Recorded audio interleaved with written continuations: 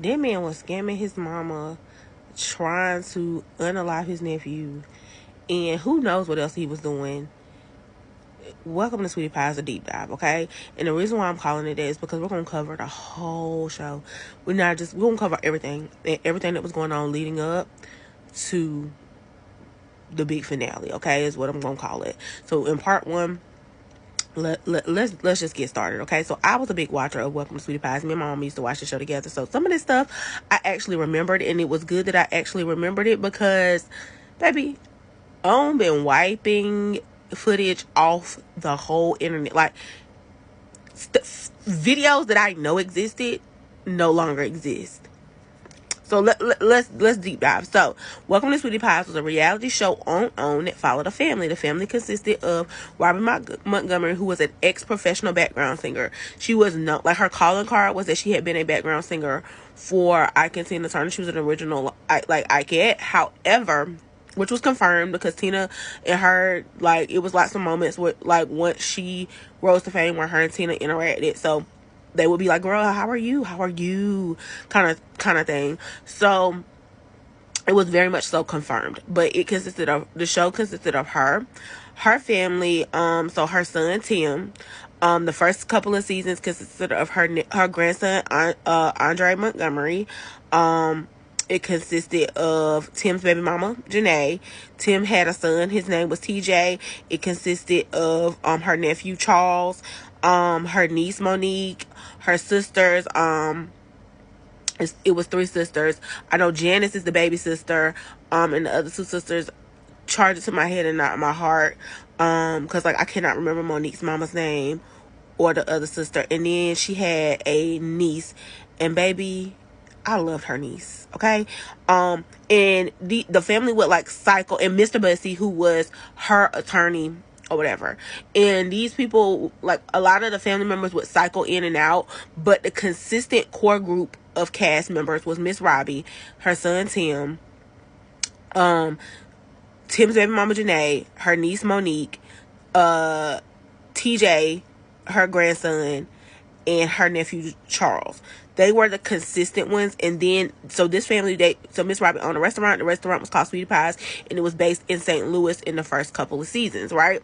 And you would meet the people who worked at the restaurant who would also cycle out. Tim was always hiring managers. These people would cycle in and out. But let's go into the family history. So Tim was her youngest son, and Tim had been to prison for 10 years at the age of 17 years old for armed robbery.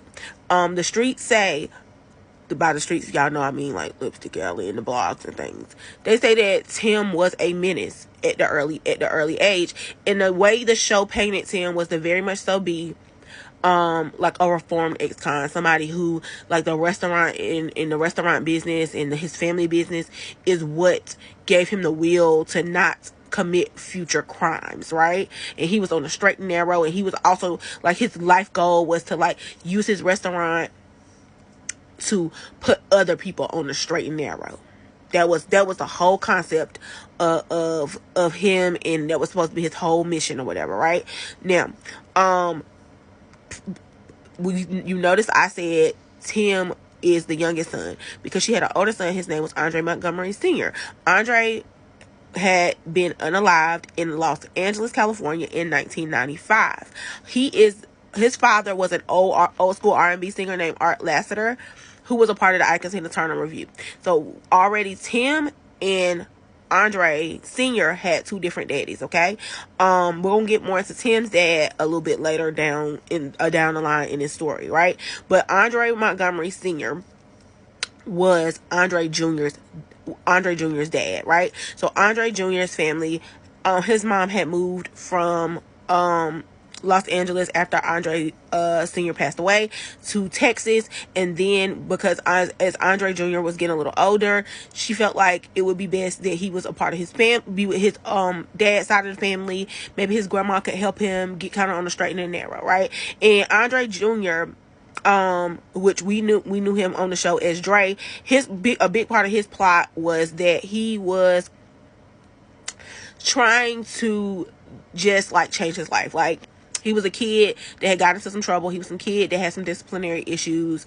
And the thing that was so refreshing to see about Andre was you saw a family. Like, you saw a grandma, you saw a grandson, and you saw like him, like, it wasn't lost on Andre that he had anger issues. It wasn't lost on Andre that his dad's passing, or his dad being unalive, had affected him in regards to how he dealt with school, how he dealt with anger, how he dealt with all those things, right? And he was constantly trying to work on himself, and his grandma was constantly trying to help him work on himself, okay?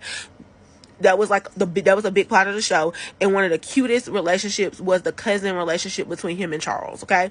Because it was just so refreshing to see. You would see these two young black men have conversations about learning disabilities and all this stuff. It was their dynamic was the best dynamic, and we're gonna get into that. We're gonna get into that more as well. But the first season, Tim and Janae get engaged. Tim and Janae have a son, and his name is TJ. And TJ is born severely premature, okay?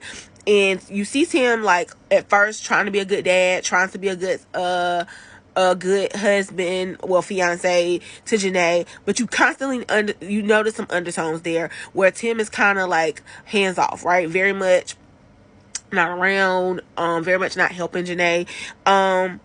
And you can tell that Tim is emotionally stunted when it comes to him and Janae. You can tell that the fact that he got locked up at 17 and wasn't released until he was 27, so he missed a big part of his teenage years, plays a part in the dynamic between he and Janae's relationship, okay? And he constantly accuses Janae of just wanting money. He constantly accuses Janae of, not really being into the relationship heavily. But Janae just noticed some things about him that she just couldn't get with.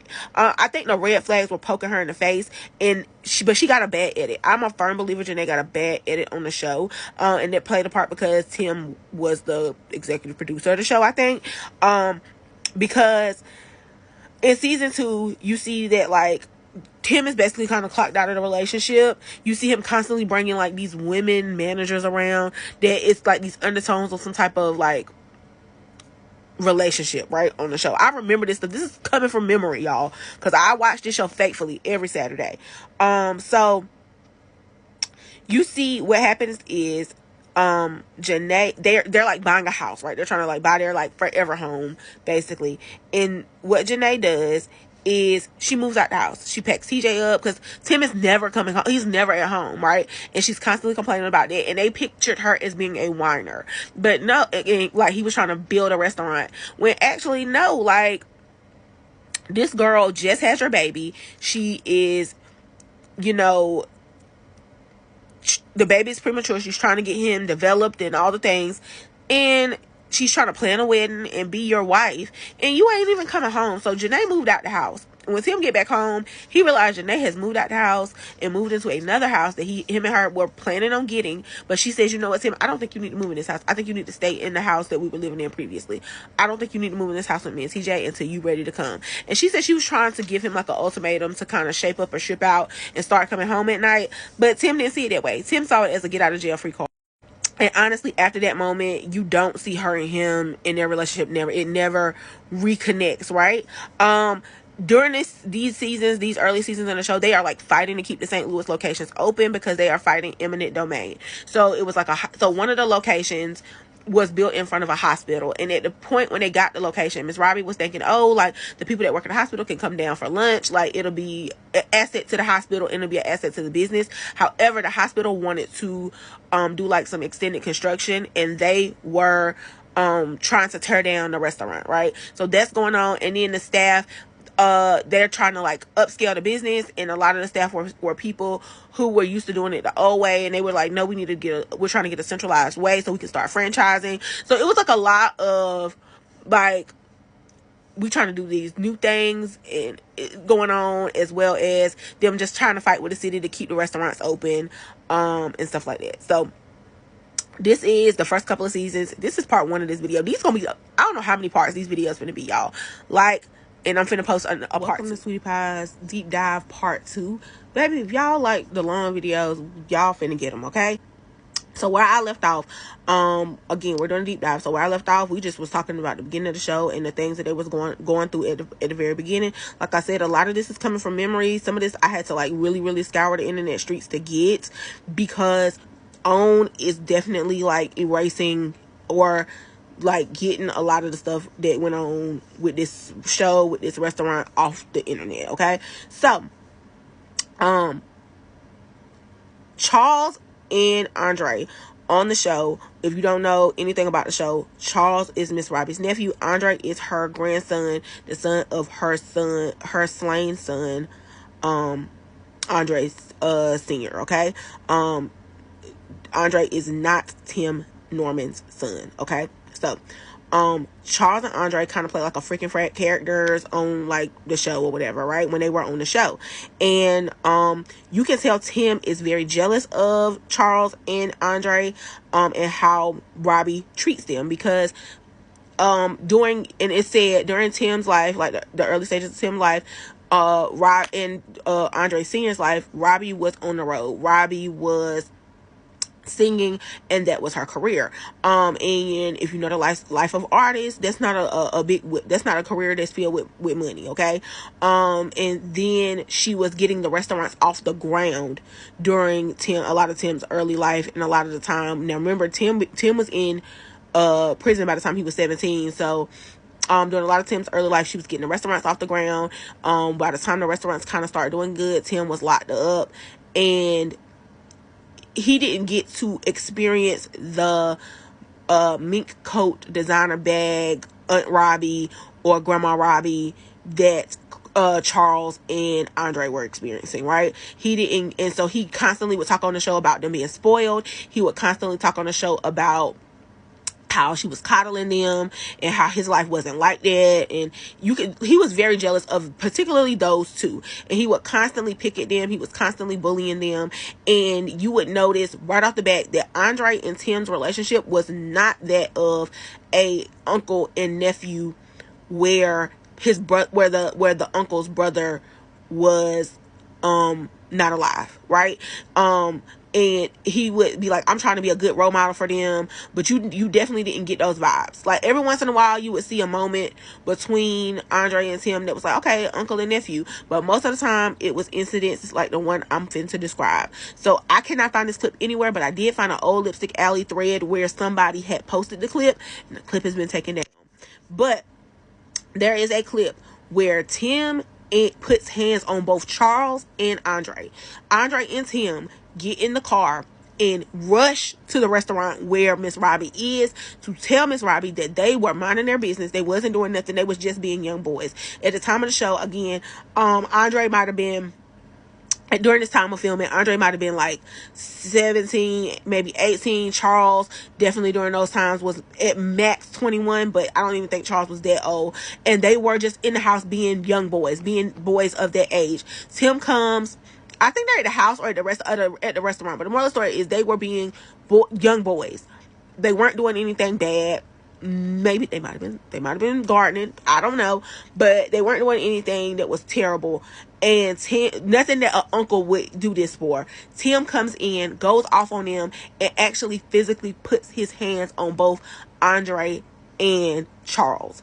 And these boys are so upset. They're like boys, like big boys, crying to their aunt and grandma and telling her, like, Andre goes into this thing of saying, like, I came to St. Louis to try to change my life. I came to St. Louis to try to graduate high school, try to help you with the restaurant, try to leave my life that, you know, like, I'm about that life, basically, to try to leave the fact that I'm about that life behind. And this man is messing with me, and he about to get the side of me that I have come to St. Louis to try to get rid of, basically, is what Dre says on the show, right? And Miss Robbie goes off. She gets mad. She gets up. She's like, "No, you don't do that to these boys." And she goes, and I tell you, she laid a piece of cussing down on Tim. Okay, this clip is wiped from the internet. Listen, I'm about to get a VCR and start recording stuff, because Maybe they wiping the stuff from the internet, okay? We losing the recipes. So, it's not long after that, Andre graduates from high school, and we no longer see him on the show anymore. Andre goes back to Dallas to be with his mom and his siblings, and tries to kind of help his family from that direction, right?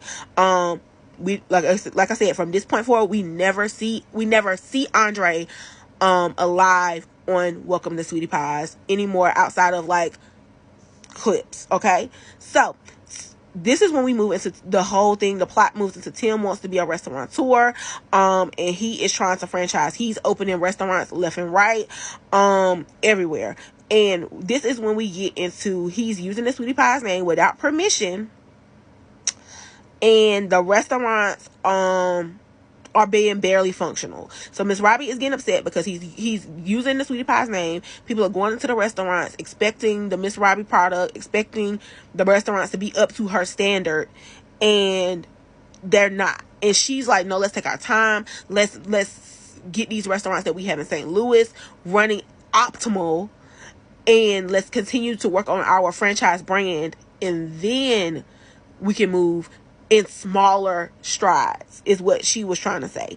But baby, everywhere that man could find an empty raggedy building, he was opening a Sweetie Pies, and he was also opening corporations. I saw an interview where Tim and Miss Robbie are sitting down and they're talking, because Miss Robbie ends up suing Tim for the Sweetie Pies name, for the Sweetie Pies brand. And this is what Tim says. He was like, Sweetie Pie is a corporation, and my mama got people and she has a corporation, and then I got people and I have a corporation, right? So what Tim started doing was opening up restaurants called TJ's Sweetie Pies. And these restaurants were his own corporation, was his own business, that he could open as many TJ's Sweetie Pies as he wanted to. And what you start seeing is almost like a competition between him and his mom of whose restaurants were going to be successful. And I'm talking about Tim was, like I said, anywhere there was a hole with some tables he could put it in, he was opening a restaurant. He was hiring people. He was giving people the recipes. He was giving people the formulas. Like, it was chaotic, and you could tell that Tim was basically starting to kind of scam. He was running kind of like loan scams, in the sense of like he was getting business loans, maybe not using all the money towards the business, using the money enough to get the business running, having an opening week, having a good grand opening type vibe, lots of promotion and stuff, getting enough money to pay the loan back after he used most of the money for his personal life. That was what he was doing a lot of. You could kind of tell. You could watch the show and tell that's what he was doing. So the lawsuit is going on, and Tim starts dating Jennifer from Basketball Wives. And as he's dating Jennifer from Basketball Wives, he moves to California. He's living in California. He's living in LA. And then we get the seasons of him and Charles move to LA, right? And you can tell that Charles is struggling. The people that they have bought, who have brought from St. Louis to work the restaurants, are they struggling. You can tell these people are struggling. You can tell these people are going through it, being away from home, trying to keep these restaurants open, all the stuff. They never got what they need to keep these restaurants open. Tim is never anywhere to be found because Tim is living the high life. He's dating for Jennifer. He got him a basketball wife. He's living in nice apartments, and we're about to get into the relationship between him and Jennifer Williams next. I'm gonna stop right here, y'all. I'm gonna post the rest of the videos when I get off work today. So like, comment, share. Sweetie Pies Deep Dive Part 2. Alright, welcome to Sweetie Pies Deep Dive Part 4, okay? So where I left off, Tim Norman is living his best life and dating Jennifer Williams from Basketball Wives. He's living in LA, okay? And as they are dating, they're dating in this very public relationship. They're in the blogs, they're everywhere that you want to be.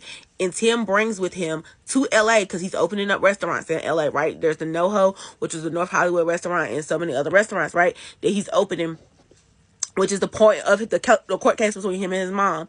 He brings with him this woman they call Chef. He brings Lil Charles, his cousin. He brings Chloe, who worked in St. Louis.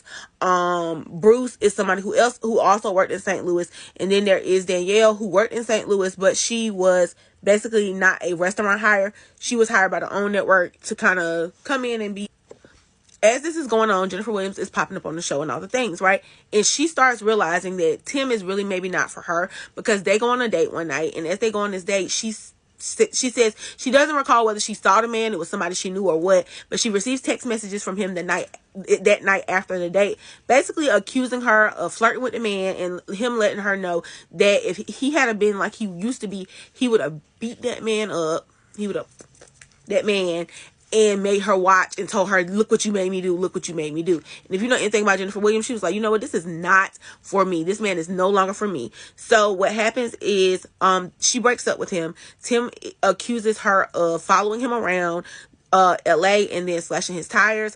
Then she gets a restraining order on Tim because she says that Tim moved into an apartment building across the street from her, and she kept seeing him all the time. Now, here's the thing. People didn't believe her because if you watch Basketball Wives, you know she accused her ex-husband Eric Williams of doing the same thing. However, if you know anything about men who are abusive, you would know that a lot of them do share common traits and use similar methods in their behaviors. Saying that to say, when we get into another part of the story, you're going to see where this could have happened, because it is a strong part of things. Somebody else says Tim does this to them. So just stick with me. We'll get there. She also ends up being a witness on a case for someone who says Tim, a worker from Sweetie Pies, who says Tim boom bopped them in the face. And, she is on the side of the worker because she says she feels like it was true because Tim called her immediately after it happened saying he boom bopped that man in the face. Okay. During this time, also, Jason Lee alleges that while he was in LA, her looking for him to handle him, and it wasn't clear. Jason Lee doesn't make it clear whether it was to unalive him or to just give him a good stern boom bopping. However, he says he did end up talking to Tim because they have mutual friends, and it was on account of the fact that Jason Lee was talking about Tim's hips, child. Or some people that Jason Lee had on the show was talking about Tim's hips. So maybe I should stop, but I'm just reporting the news. I don't make it, okay? During this time, what's also going on is that Tim is flying back and forth. He's in St. Louis sometimes. He's in LA sometimes. He's in Houston sometimes. He's all over the place. Because again, remember, what is he trying to do? While Tim is flying all over the place and going all over the place, he's also continuing his relationship with this midnight ballerina. Her name is Terica, and he met her at the Bottoms Up Club. She's a girl from Memphis. However, she makes her money in St. Louis, okay? So this is all going on. And during this time, Miss Robbie's home gets invaded. Miss Robbie's a victim of a home invasion. Her home is ransacked, and the people took $200K out of Miss Robbie's house, okay? As these people take the $200K out of Miss Robbie's house, it is strongly implied on the show, because they show this on the show, it is strongly implied on the show that they don't say Andre took the money because Andre is no longer a cast member, but it's strongly implied that, like, you can't trust everybody in that family. It was done by somebody in the family. Again, strongly implied Andre did it, okay? And Miss Robbie is very sad. She's very upset and all the things. In the background, what we didn't see as those of us that was watching the show is that 2 years prior to Miss Robbie's home being invaded, and when Tim gets ready to go to California and start being and doing the whole restaurants in California thing, is that Tim has been applying for insurance policies. And as Tim is applying for insurance policies, he applies for 5, gets denied for 4, and only gets approved for 1 for Andre. And what he was originally trying to do is not only put insurance policies on Andre and Miss Robbie, but he was trying to put policies on Andre, Miss Robbie, and 5 of the workers that he took with him to California. So, allegedly, right? However, what ends up happening is, because what he was trying to do is do policies that, like, record labels do, which is a policy where somebody works for you, you put a life insurance policy on them, where if any event that they pass away, you will get what would be an estimate of how much your business would have made if they were alive. You're only supposed to do this for people who are integral to the business, however, which is why record labels are able to do these policies. And And that is probably why these policies were denied. And what ends up happening is he has to put for him to be able to put a policy out on Andre, he has to pretend to be Andre to get this policy approved, okay? Which is what he does for a $250,000 policy with a accidental clause that if Andre was to pass away in an accident, that the policy would double to $450,000 to $500,000. Then he goes back and puts a $1 million policy on Miss Robbie. Now back to what we the viewers are seeing on the show. We are seeing Charles and most of the people who are St. Louis people who are living in LA, working at the restaurant, being extremely unhappy, being extremely depressed. We're seeing these restaurants in LA. We're basically seeing every restaurant that Tim opens fall apart. All the restaurants is a mess, okay? All the restaurants don't have the things that they're supposed to have. All the restaurants have staff walking out. All the restaurants are doing well for a little while, and then he's always like, business is slowing up at the blah blah blah blah blah location. This is what we're seeing as people, right? On the outside looking in, we're seeing Miss Robbie's businesses kind of thrive because Miss Robbie is in St. Louis with family. What we're not seeing off camera is that Miss Robbie and Andre are exchanging text messages. And in these text messages, she is telling him, you need to come so you can be questioned by the police if you didn't do anything. You need to come and take a lie detector test that says that you didn't break into my house. You need, like, if you got the money, just let me know, and things of that nature. And Andre's like, Grandma, I do not have the money. Grandma, I did not break in your house. Grandma, I will come and take this test. However, I'm not staying in St. Louis because I feel like if something happens to me, Tim did it. I feel like Tim has got people looking for me. I feel like Tim is trying to do something to hurt me, and I don't mind talking to the police because I didn't do anything, Grandma. I don't know why you think I broke into your house, kind of situation, right? And you are seeing Miss Robbie kind of ignore these messages where he is basically saying, like, if something happened to me, my uncle did it, okay?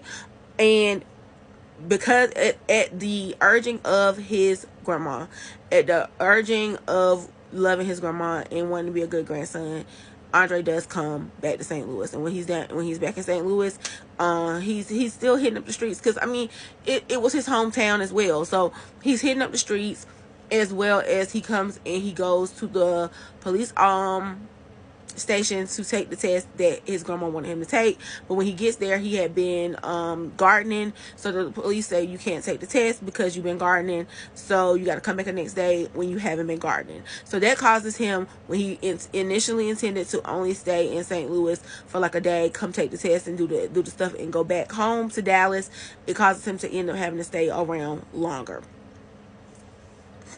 So what we now know is, as people who were watching the show, what we didn't know at the time is that this extra day that Andre stays in St. Louis, this extra time that Andre stays in St. Louis is when he actually ends up being unalived, okay? Now, what is it like for us that's watching the show? As we're watching the show, they do a whole season dealing with the grief. They do during the season, you see them do a vigil. You see them speak out on gun violence. Oh, Tim becomes a gun violence, person. He's like he's doing talks. He's becoming active in BLM. Like he's out and about. The few episodes that you do still see on TV, Tim is like at the Trayvon Martin rallies, very Black Lives Matter type center. Mike Brown had just not been too long been unalived as well, assassinated, honestly. So there's all these different things that's going on, and Sweetie Pies is a part, and they're being active because they are a family who has been riddled by gun violence, right? Scenes that we do see on the show during this time is, number one, we see Tim taking Miss Robbie to the street where Andre was unalived, unfortunately. And on this street, Tim starts talking about how this street is not far from his grandma's house, where just about most people in the family grew up, and how it's not far from where Monique, his favorite cousin's brother, was unalived. It's not far from where his dad was unalived. And we don't know much about Tim's dad. They don't talk much about Tim's dad. But what they do say, what the streets do say, and what is kind of heavily implied about Tim's dad, is that Tim's dad was a hustler. Tim's dad was a street dude. And Tim very much so inherited that mentality through his dad. And Tim goes out of his way to make emphasis that Andre is unalived, not far from where his dad was unalived. Not not Andre Sr., but Tim Norman Sr. Okay, so we also see this scene, and I try so hard to find this scene, but again, a lot of scenes have been removed. But there is a scene where, and y'all who used to watch the show faithfully like me, let me know if y'all remember this scene. There is a scene on when they are in California, and Tim and Lil Charles are talking, and Charles and Tim are talking, and Charles says to Tim, I can't sleep at night thinking about Andre and thinking about the fact that so many men in our family have been unalived, and that somebody may do it to me one day. And Tim is like extremely awkward at Charles saying that. He becomes extremely awkward. He becomes extremely uncomfortable, and he kind of tries to pivot the conversation. If anybody remembers that scene, please, please, please, please let me know in the comments. Okay, so I'm going to pause right here, but I'm literally about to record part 4. If you have watched this long, let me know in the comments. Just give me a heart or something. Part 4 is coming, and this is when we finna wrap it all up, okay? Welcome to Sweetie Pie's Deep Dive Part 4. Where I left off at, Andre Montgomery has been unalived, and the show, we are watching this as viewers through the show, right? And as we're watching this through the show, we are noticing that the family that was happy-go-lucky, that sung blues music, that served people good meals, is not the same family that we started watching before. These people are actively dealing with depression. These people are actively dealing with grief. These people are actively dealing with PTSD, and they are heavily triggered.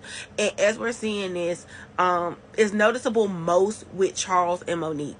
There's a scene where Monique, who is a cousin to Tim, one of Miss Robbie's nieces, who her brother had been unalived years prior, she just has a breakdown. She's just like, I don't know how much more we can take, and we don't know who did it, and I just cannot continue to go on like this. Like, there is no way that Monique was acting. There was no way Monique was faking. Like, homegirl was literally emotionally broken down, and these are clips that we can't see anymore. But if you remember and you were watching the show and I was watching the show, leave it in the comments. So, what's going on behind the scenes, what we don't know about, is that there is an investigation, because that night that Andre Montgomery was unalived, he had a phone call, and his phone call was from a midnight ballerina that he had met not too long ago. And when he goes outside to meet that midnight ballerina, that is what led to his unaliving. And here's the thing, who's that midnight ballerina? Terica. Who was Terica? The midnight ballerina that Tim has been in a 6-year on again, off again fling with. So now, because Terica has been speaking, we're going to get the rest of this story from Terica's point of view. So if I go back over some things that we've already gone over, remember, we're coming from Terica's point of view, because she does podcasts now. So remember, Terica's a midnight ballerina. She worked at the Bottoms Up Club in St. Louis. She was from Memphis, but she felt like that's where she would get her hustle in. So constantly she would be traveling from Memphis to St. Louis to dance. But also, when she met Tim, Tim became one of her main tricks, okay? He was spinning that coin, and so whenever he wanted to meet, she would be there, okay? So this is what Terica says. Terica says that Tim comes into town from LA. She happens to be at St. Louis. They meet up and they do what they do. And Tim tells her he's been looking for Andre. She says that she and shows her a picture. She says she met Andre at the club, and he was pretending to be a rapper from New Orleans, and he tried to get her to be in a music video. Tim says, do you have his number? You need to text him, and I need you to start talking to him or whatever. And I'm going to give you $10,000 to just start kind of talking to my nephew. And he explains to her, like, you know, my nephew, he basically says that Andre robbed Miss Robbie, and he's like, my nephew robbed my mama, and I'm trying to get the money back from my mama or whatever, right? So when they decide, well, she agrees that she's going to start texting Andre for Tim. Tim takes her to buy a burner phone. Terica says that she assumed that Tim was going to eventually take the phone from her and schedule a meeting for them, for him to meet up with Andre and get the money. She never thought that Tim was using her. So Terica begins to communicate with Andre as per what she was being told to do by Tim. As she's communicating, everything in their conversation is her very much, where you at, what you doing, where you at, her constantly kind of keeping a location on Andre, right? And Andre tells her, like, fall through, slide up on me, and she does. So when she slides up on Andre, she sends the address of where she slides up on Andre at to Tim. When she sends the address to Tim, she continues chat with Andre a little bit, and then she's like, all right, I'm about to go home. She is heading back to her home in Memphis. So when she gets in the car, as she's pulling off, she says by the time she gets to the stoplight, she hears pow pows. So she gets on the phone and she calls Tim and she says, hey, I heard pow pows. Tim says, hey, get out of there. Time for you to go back home. So she says she gets in the car. She books it, hits the gas, books it up, whatever highway it is that's between Memphis and St. Louis, and she goes home. As she's headed home, she says she has a boyfriend at the time. She gets on the phone, she calls her boyfriend. She said, babe, let me tell you what's going on. And she proceeds to kind of fill him in a little bit on what's going on. And this is like her ride or die boyfriend. She's had this boyfriend the whole entire time she's been in her transactional relationship with Tim Norman. Okay, so Terica says during this time she had been planning to move to LA and open a boutique. Tim was putting her on to how to open a boutique, what stores she needed to go to, how she needed to get her vendors, and all those things. She says that was one of her reasons why she constantly continued to kind of deal with Tim, because he would constantly put her up on game. She says during this time, Tim is still in LA. She goes with her mom and daughter to LA to, again, get vendors and all the things. And she takes her mom and daughter to the restaurant to meet up with Tim, because she feels like if you would do what you just did with your nephew, what will you do to me? And I know that you did it. So she says during this time, she is playing Tim very close to her chest, and very much so keeping an eye on him at all times, but constantly trying to stay in his good graces. She said she felt like if she brought her mom and her daughter to the restaurant, that Tim wouldn't do anything to her or have anything done to her in front of her mom and her daughter. So she says he talks to her and he tells her to stay out of St. Louis because there's a warrant for her arrest. Why? Because Andre did have her original text message number. She'd originally texted him off her phone, then she got the burner phone, so therefore her real phone number was in the phone in his cell phone during the time of his unaliving. So Terica's like, okay, but I'm a dancer, that's where I make my money. Scared money don't make no money, so like what you really want me to do? So she says she starts dancing in Atlanta, and she gets with a new man. As she gets with this new man, she has a baby, and she says her thought process was to kind of stay in relationships, because she felt like if she stayed in relationships, Tim would leave her alone, because she had men around and had men in her life. She says she and her boyfriend moved to Atlanta, but then they break up, and so she ends up moving back to Memphis. She says when she moves to Memphis, she opens a salon. And what happens is Tim opens up a Sweetie Pies across the street from her salon. She says he tries to him and her continue to talk, because again, she's playing him to the chest. She's still being nice to him, playing the game. And she says he tries to get her family to work at the Sweetie Pies restaurant that he opens across the street from her salon. Her family says, hell no. To the no, we not about to work for him.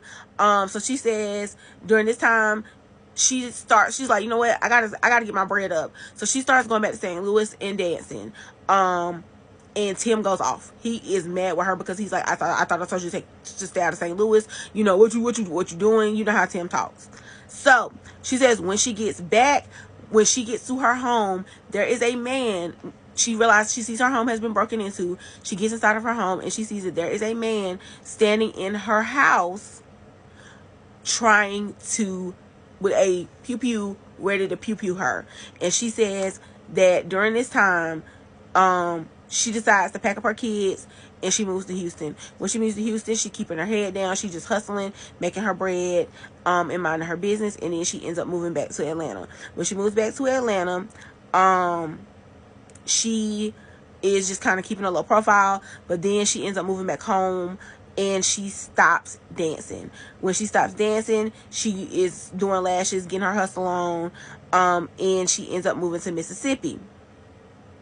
When she moves to Mississippi, you guys, this is wild. When she moves to Mississippi, he calls her and tells her to pull up on him at his restaurant that he had in Mississippi. Because remember, what is Tim doing this time? Just opening a bunch of restaurants and steady scamming. So when she goes to him, pulls up on him at the restaurant in Mississippi, he calls Miss Robbie on the phone and he says, "Hey, Miss Robbie, guess who I'm with?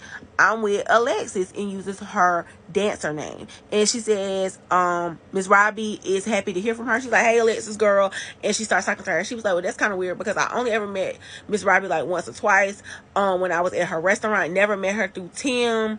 How does she even know me? Like, what even is this? What's going on?" Now, remember when I was saying with the Jennifer Williams stuff in the previous video, how she says he moved in an apartment across from her.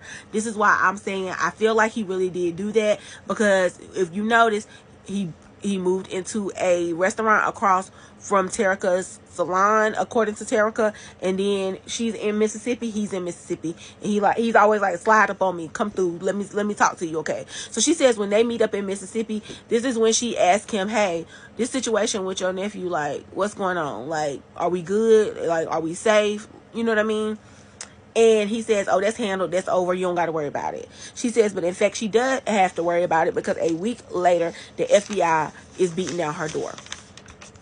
So when the FBI beats down her door, they take her into custody for questioning, and they tell her that Tim has told them that she and the guy who is the actual pew-pewer were in cahoots together. That they were in cahoots with Andre to rob Miss Robbie for the $200,000 previously.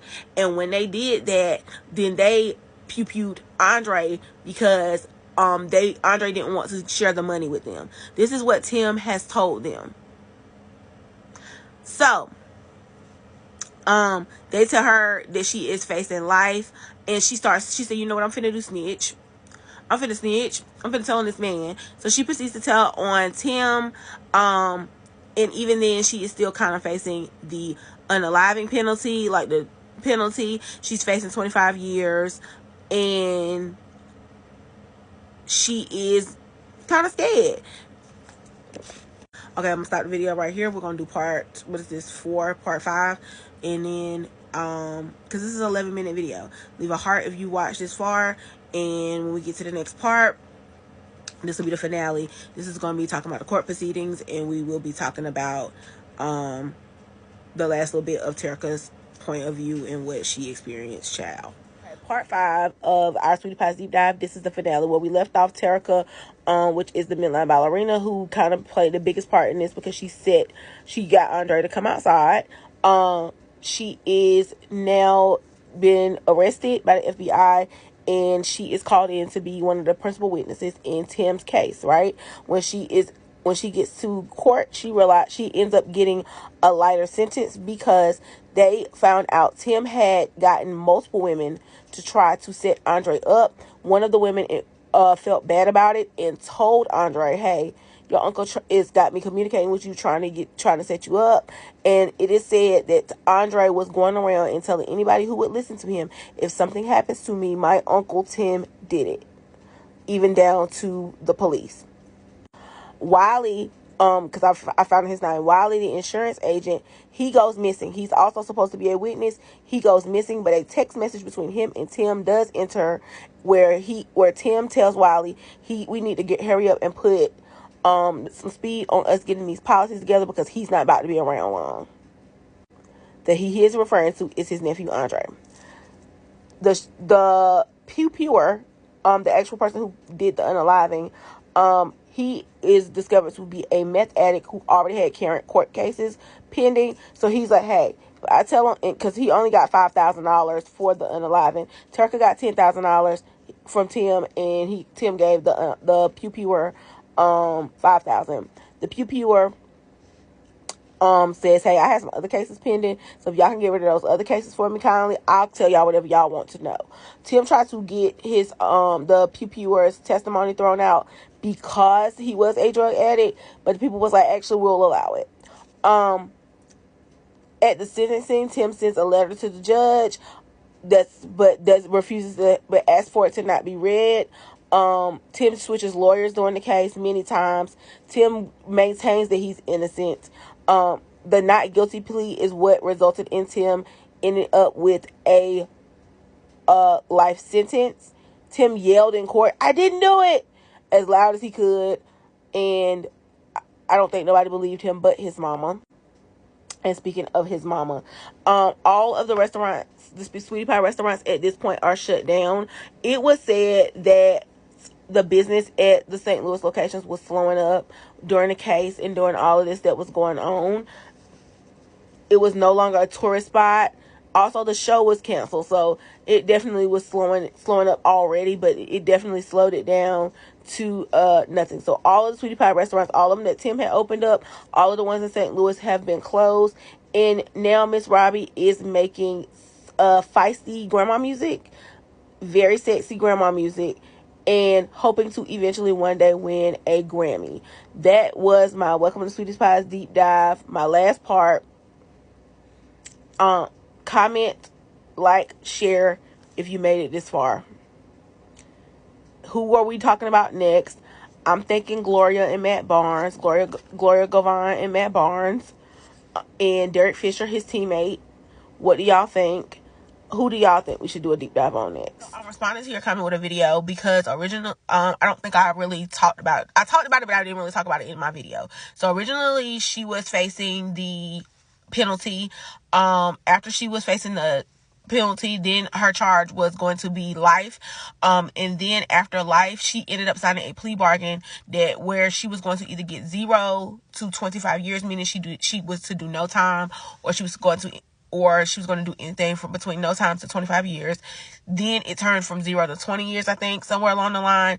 And then I think she ended up actually serving like a matter of like a couple of months to like some, like maybe, I think she may have done 2 years max, but I don't even think she did 2 years. I think she did like 1 year or something like that.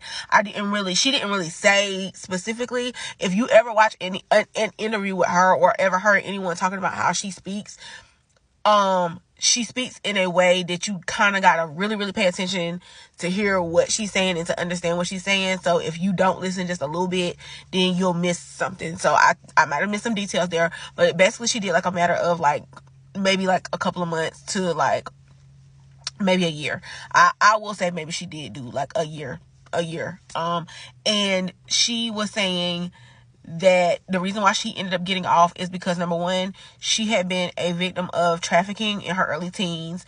So she had been like on a stroll and had a I don't know if I can say this word, a simp, but not a simp, like a magic Don Juan in her life. So because of that, but she had never had a felony. She was but it was known that she had been she was always like a hustler. So they knew that she had a history of being susceptible to manipulation from men via financial transactions and sexual coercion, basically. And then it was also on record that Tim had been going around trying to get girls to help him unalive his nephew. So also it was like on record that if it wasn't her, it would have been somebody else. So therefore that is why the judge was just like, okay, well, we're gonna give you some slack just because if it wasn't you, it was gonna be somebody, and you also have a history of being a little bit easily naive when it comes to financial transactions, men, and the sex. So yeah, no, she's not in jail. And she was actually saying that she was like, it's very hard for me to date now because when I meet men, baby, in the interview she goes, it's very hard for her to date now because when she meets men, she is forthcoming with them and tell them immediately that she was involved in this particular situation. And most black men specifically, and I think she seems like the type of girl that date the hood figures. Ain't no hood figure trying to be with no girl that's done set somebody up to be unalived. baby. And she was saying a lot of times she ended up meeting men, they like her or whatever, and then when they found out she was tied into that, they walk away, they don't want no parts of it. And honestly, I don't blame them. Like, I definitely understand. I understand, because like how, especially like I said, she seemed like the type of girl, she not dating like the IT guys, she dating the hood figures, and the hood figures is not about they not about to be caught up with nobody like that. So yeah, I hope that answered your questions, and I hope that answered anybody else's questions that may have questions in regards to that. So I never had one of those experiences where I met a man and like I talked to him, and then I was like, dang, I should have waited and talked to your friend. But it happened to me this weekend. So here's the story, right? I'm out and about with the people. As I'm out and about with the people, I see this little bitty little man. Like I tried to lead the tall men, the big dogs, for the stallions, right? I did, because I'm not even a pony.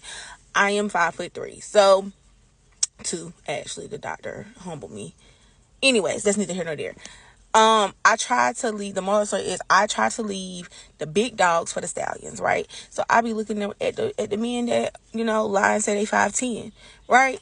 Because you tall to me, right? So I'm looking around and I see a man, and he walks up to me and he's like, oh my gosh, you're beautiful. And I was like, thank you, I know, right?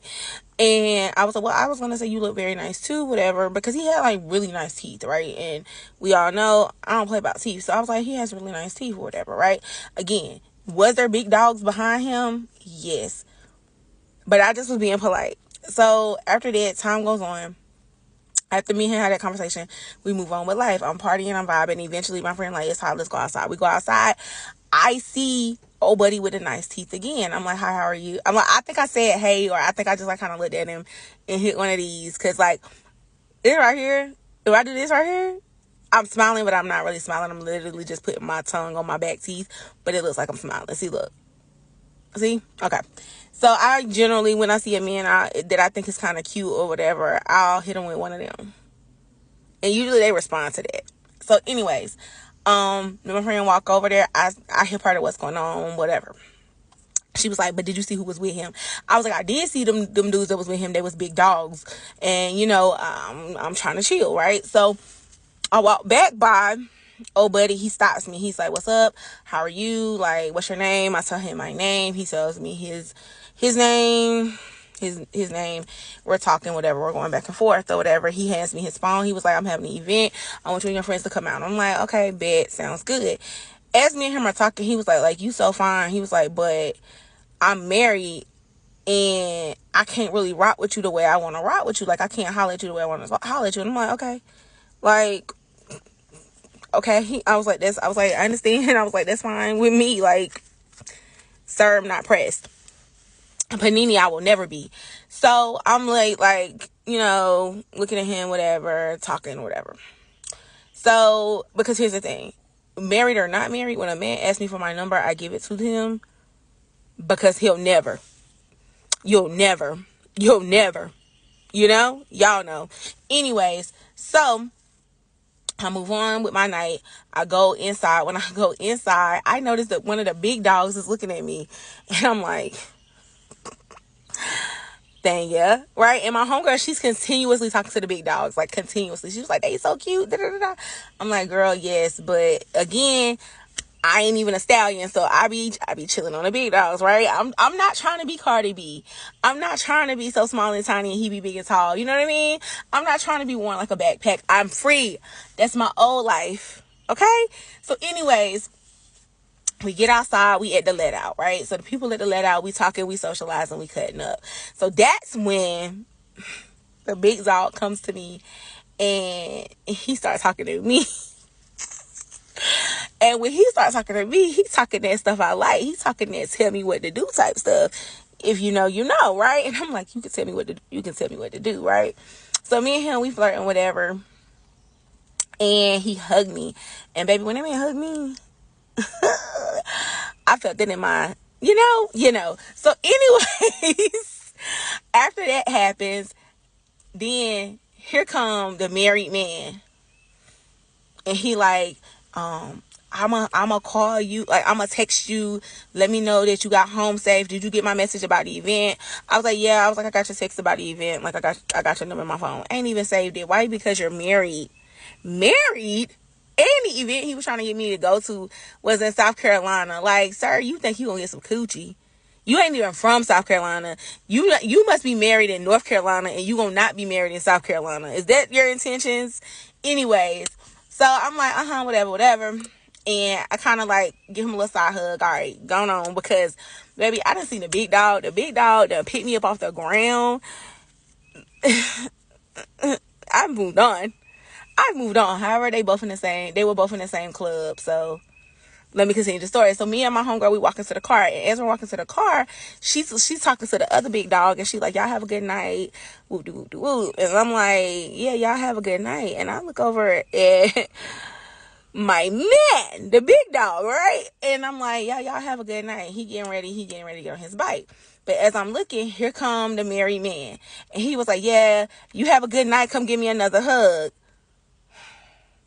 So again, you'll never, you know me, right? You'll never switch up on me. So I'm going to play along. So I give him a hug. Baby, when I tell you this man did the most in front of the big dog, he did the most, right? And so, like, the big dog looked at me and said something. So I was like, so when I got out the hug, right, which I was like, see, you ain't my man, because baby, my man would never let it hug me like that.